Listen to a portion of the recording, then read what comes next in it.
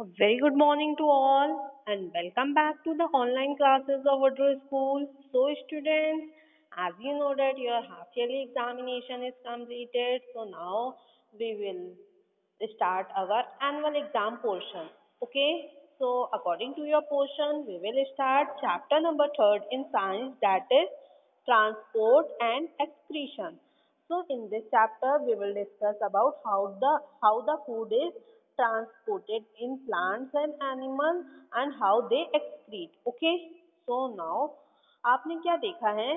आपने देखा होगा लिविंग ऑर्गेनिज्म मीन्स कोई भी जो लिविंग ऑर्गेनिज्म होते जो जीते हैं वो उनको क्या जरूरत होती है? उनको फूड, वाटर और ऑक्सीजन की जरूरत होती है ताकि वो जी सके. ओके, सो ग्रीन प्लांट क्या करता है? अपना फूड कैसे प्रिपेयर करता है? फोटोसिंथेसिस के through.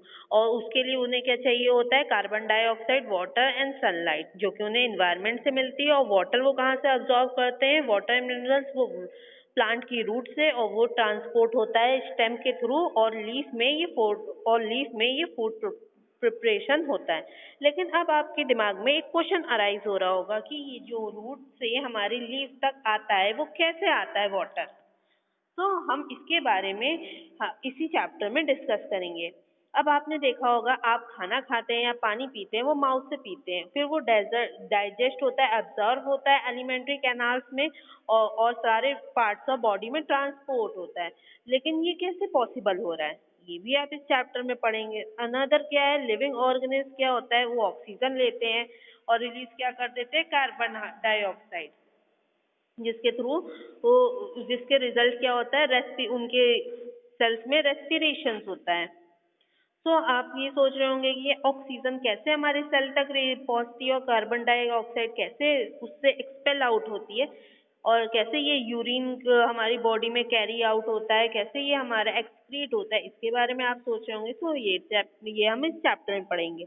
Now single celled organism है, उनका क्या वो यूज देयर, वो क्या करते हैं? अपना जो सेल का सरफेस है वो as a point of exchange use करते हैं आउटसाइड एनवायरनमेंट से इंटरेक्ट होने के लिए. ठीक है. और दूसरा मल्टी सेलुलर ऑर्गेनिज्म है, वो उनका क्या डेवलप हो जाता है? ट्रांसपोर्ट ऑफ सर्कुलेटरी सिस्टम, जिसके थ्रू वो ऑक्सीजन क्या करते हैं?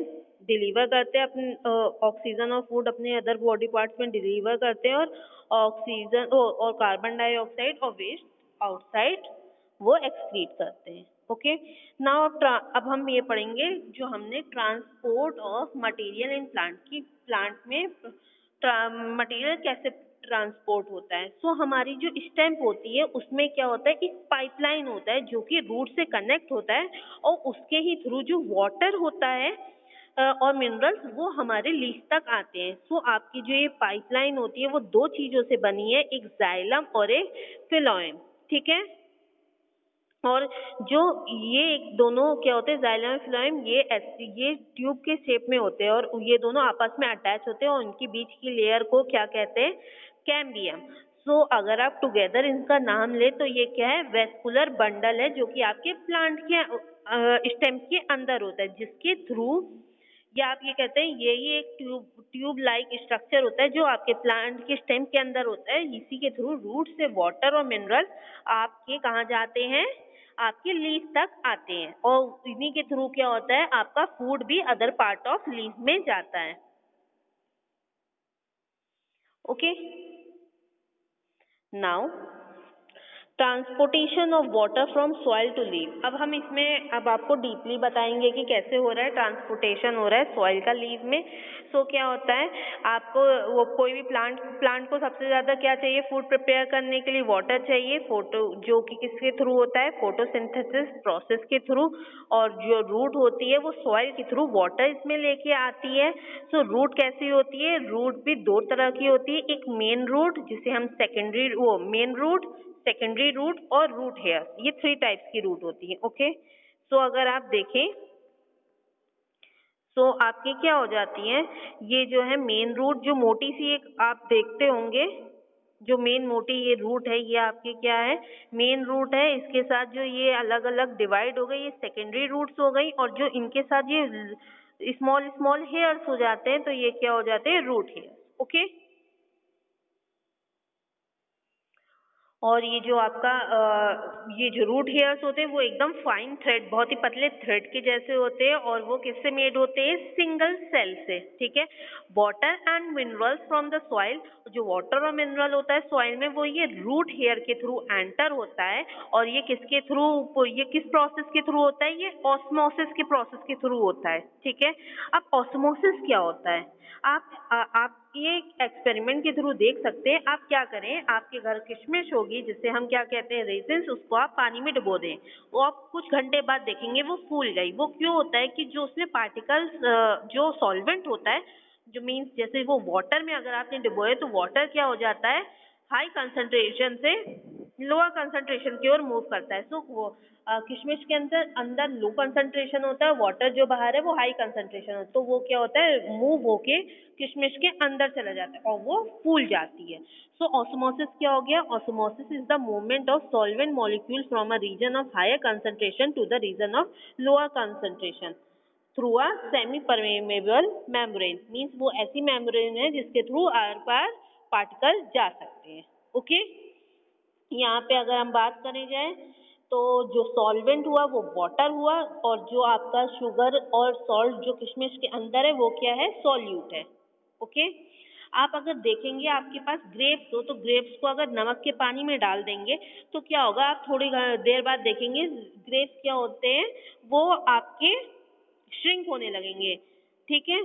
तो इस किस वजह से होता है? क्योंकि इसमें फिर क्या रिवर्स ऑस्मोसिस हो जाता है, क्योंकि उसमें जो वाटर है ग्रेप्स के अंदर वो हाई कंसंट्रेशन का है, ठीक है, और जो सॉल्ट वाटर है वो लो कंसंट्रेशन का है, तो वहाँ की जो वाटर के पार्टिकल्स हैं वो रिमूव मूव होके बाहर सॉल्ट सॉल्ट सॉल्यूशन में आ जाते हैं, और इस प्रोसेस को क्या कहते हैं? रिवर्स ऑस्मोसिस, ठीक है।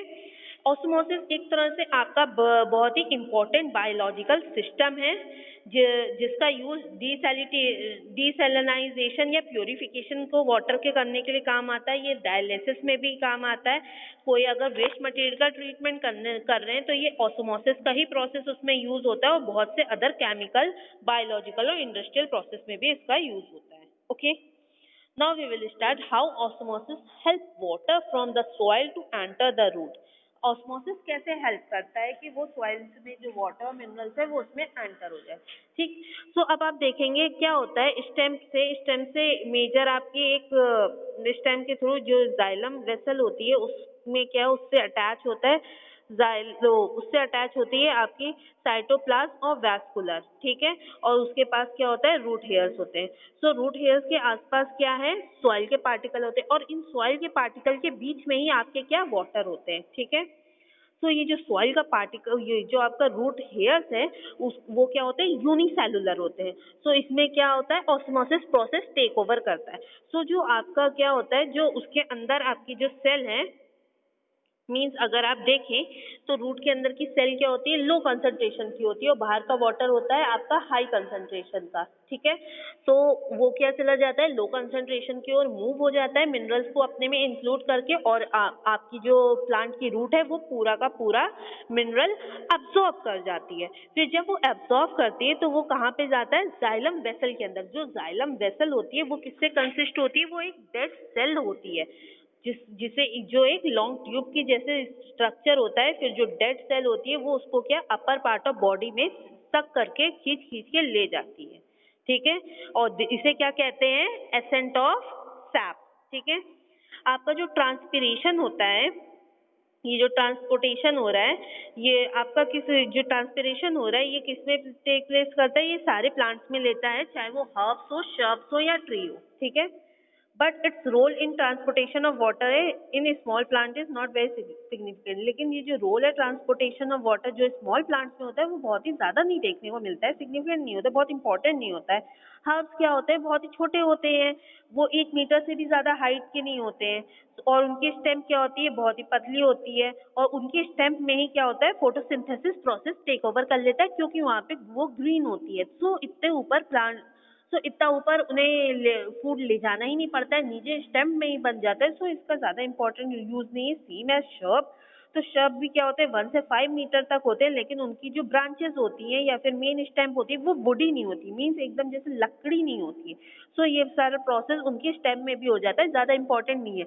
लेकिन ये जो ट्रांसपिरेशन प्रोसेस हो रहा है ये मेनली आपका कहाँ पे इंपॉर्टेंट है, ये आपके जैसे ये टॉप लॉन्ग प्लांट होते हैं, बड़े बड़े ट्रीज होते हैं, जो टॉल ट्रीज होते हैं, इनमें मेन इंपॉर्टेंट होता है। ठीक है, इसी में मेन यूज होता है वैस्कुलर बंडल का, जिसके थ्रू वो यहाँ से एकदम सॉइल से लेकर अपवर्ड तक यहाँ लीफ तक लाने के लिए वैस्कुलर बंडल का यूज करके वो पूरा का पूरा ट्रांसपोर्ट करते हैं मिनरल और वाटर, और फिर वहां से फूड भी डिफरेंट पार्ट्स ऑफ बॉडी में ट्रांसफर करते हैं प्लांट की। So how transportation help to transport water in tall plant. अब हम टॉल प्लांट की बात करेंगे। सो आपका क्या है, आपने प्लांट में पढ़ा होगा कि क्या करते हैं वो लोग, उनके ओपनिंग होते हैं जो स्टोमेटल लीफ के अंदर फाउंड होते हैं, उसके थ्रू क्या होता है वाटर वेपर भी रिलीज होता है जब ट्रांसपीरेशन का प्रोसेस हो रहा होता है। क्या होता है, जो हीट होती है सन की, उसके कारण क्या होता है ट्रांसपीरेशन फ्रॉम लीव हो जाता है। क्यों, क्योंकि जब एकदम लीव पे तेज धूप पड़ेगी तो क्या होगा, उसमें जो वाटर कंटेंट होगा वो इवेपोरेट होगा, और वो इवेपोरेट कैसे होता है, तो वो आपका ऐसे इवेपोरेट हो जाता है, वो इवेपोरेट होके जो वाटर होता है वो कहाँ से निकलता है, वो आपके स्टोमेटा से ही निकलता है वो वाटर वेपर। ठीक है, और ये आप कैसे देख सकते हैं, ये किस वजह से होता है, ये ट्रांसपिरेशन की वजह से होता है। इसमें क्या जनरली क्या होता है, सक्शन पुल लगता है। तो यही जो आपका सक्शन पुल लगता है, तो इसके वजह से ही क्या होता है, जब ट्रांसपिरेशन होगा तो क्या होगा, पानी जब आपका बाहर निकल रहा होगा तो फिर ऊपर की भी तो सेल आपकी सूखती जाएंगी ना, जो ऑलरेडी जो आपने ऊपर पहुंचाया, तो वो क्या हो गया, सूख गया। आपने अगर ये आप एक तरह से देख सकते हैं, अगर आप थोड़ा सा तौलिया का कोना गीला करते हैं या फिर कोई भी क्लोथ का, तो वो क्या है ज्यादा दूर तक ट्रेवल कर जाता है। क्यों, क्योंकि अगर कोई चीज सूखी है मीन्स ड्राई है, तो वो क्या तेजी से ऊपर की ओर पानी खींचेगी। तो क्या होता है, जब ज्यादा तेज धूप पड़ेगी तो वो ज्यादा पानी खींचेगी मांगेगी, जब क्योंकि जब बड़े स्टैम्प है तो उनके तो लीफ के पास जाना है, तो बीच में क्या है, उनके वुडी स्टैम्प है, तो जब ऐसे खींचेगा तो आपका वाटर भी उसी स्पीड से क्या होगा, ट्रांसपिरेशन प्रोसेस में पुल अप होगा जाइलम ट्यूब के थ्रू। ठीक है, और इसी के थ्रू क्या होगा, वो ग्रेट हाइट तक टॉल ट्रीज में पहुंचा दिया जाता है। ओके, अगर आपको ट्रांसपिरेशन प्रोसेस देखना है तो आप कैसे देख सकते हैं, आप एक प्लांट लेते हैं, घर में जो प्लांट है उसे पूरा आप पैक कर दीजिए पॉलिथीन से और धूप में रख दीजिए, तो आप थोड़ी देर बाद देखेंगे उस पॉलिथीन में क्या होगा, उस पॉलिथीन में आपके देखना ड्रॉपलेट्स हर थोड़े जम जाएंगे पॉली पे। तो ये क्या आपको इससे पता चलता है कि ट्रांसपिरेशन प्रोसेस टेक ओवर हो रहा है। Now transport of food. तो जब सारे रॉ मटेरियल इकट्ठा हो गए वाटर से, वो सॉइल के थ्रू, वो रूट के थ्रू वाटर और सॉइल आ गया लीफ के पास, वो उसके पास क्लोरोफिल अवेलेबल ही था, सनलाइट और कार्बन डाइऑक्साइड उसने एनवायरनमेंट से ले लिया, तो अब क्या करेगा, वो फूड मैन्युफैक्चर करेगा। ठीक है, जो कि ग्रीन लीफ के अंदर होता है, और फिर वो ट्रांसपोर्ट होके दूसरे पार्ट्स ऑफ प्लांट में जाएगा, और इस प्रोसेस को क्या कहते हैं, ट्रांसलोकेशन कहते हैं। ठीक है, और ये जो प्रोसेस ऑफ ट्रांसलोकेशन होता है ये फिलोएम के थ्रू होता है। जाइलम के थ्रू क्या वाटर और वो आता है आपका मिनरल्स, और फिलोएम के थ्रू ये भी एक ट्यूब, वही उसमें ट्यूब कनेक्टेड है, इसके थ्रू क्या फूड डिफरेंट पार्ट्स में ट्रांसफर होता है आपका। और इनका जो शेप होता है, इनको क्या, इनका जो शेप होता है उसके हिसाब से इन ट्यूब को क्या कहा गया है, सीव ट्यूब कहा गया है। ठीक है, phloem transport food in upward direction, और आपका जो फिलोएम है वो क्या करता है, food upward direction as well as downward direction दोनों में प्रोवाइड करता है। वेयर जाइलम जो होता है वो सिर्फ वाटर को अपवर्ड डायरेक्शन में ही प्रोवाइड करता है। Okay, now transportation of minerals in animal. So animal में क्या होता है, जैसे जो यूनिसेलुलर ऑर्गेनिज्म है जिसमें एक सेल होती है जैसे अमीबा, सो इसमें कैसे वो ट्रांसपोर्टेशन टेक प्लेस होता है, तो ये क्या है, सिंपली डिफ्यूजन के थ्रू। तो डिफ्यूजन में क्या होता है, डिफ्यूजन एक तरह का मूवमेंट है जिसमें जो पार्टिकल्स होते हैं, तो वो क्या करते हैं, डिफ्यूजन करते हैं। डिफ्यूजन में क्या होता है, जो बाहर का हाई कंसंट्रेशन का जो होता है पार्टिकल्स, वो लो कंसंट्रेशन में आ जाते हैं और इसी के थ्रू उनके अंदर फूड आता है अमीबा के अंदर, और फिर क्या होता है जो अगर उनको एक्सक्रीट करना होता है फिर वो क्या हो जाता है, लो कंसंट्रेशन से फिर हाई कंसंट्रेशन की ओर मूव हो जाते हैं। ओके, इसी तरह होता है। अब ये इसी को क्या कहते हैं, ओपन सर्कुलर सिस्टम ही कहते हैं। ठीक है, ओपन सर्कुलर सिस्टम भी यही होता है। इसमें क्या होता है, आपका सर्कुलेटरी सिस्टम में न्यूट्रिएंट और वाटर इसके थ्रू एंटर हो जाते हैं आपके बॉडी में, ठीक है, फ्लूइड के थ्रू, फ्रीली फ्लो होके उनकी कैविटी के थ्रू। और इनके अंदर ये प्रोसेस उन्हीं एनिमल्स के अंदर होता है जिनके अंदर ब्लड नहीं होता, क्योंकि ये जो ब्लड है वो आपके किस में पाया जाता है, ऑर्गेनिज जो कॉकरोच है या इनवर्टिब्रेट्स जो एनिमल्स होते हैं उन्हीं के अंदर। जिनके अंदर आपका ब्लड नहीं पाया जाता उनके थ्रू ये जो प्रोसेस हो रहा है वो ओपन सर्कुलेटरी सिस्टम के थ्रू ही होता है। Okay, so for today this much only, we will continue this chapter in our next video lesson. Till then, bye bye, take care.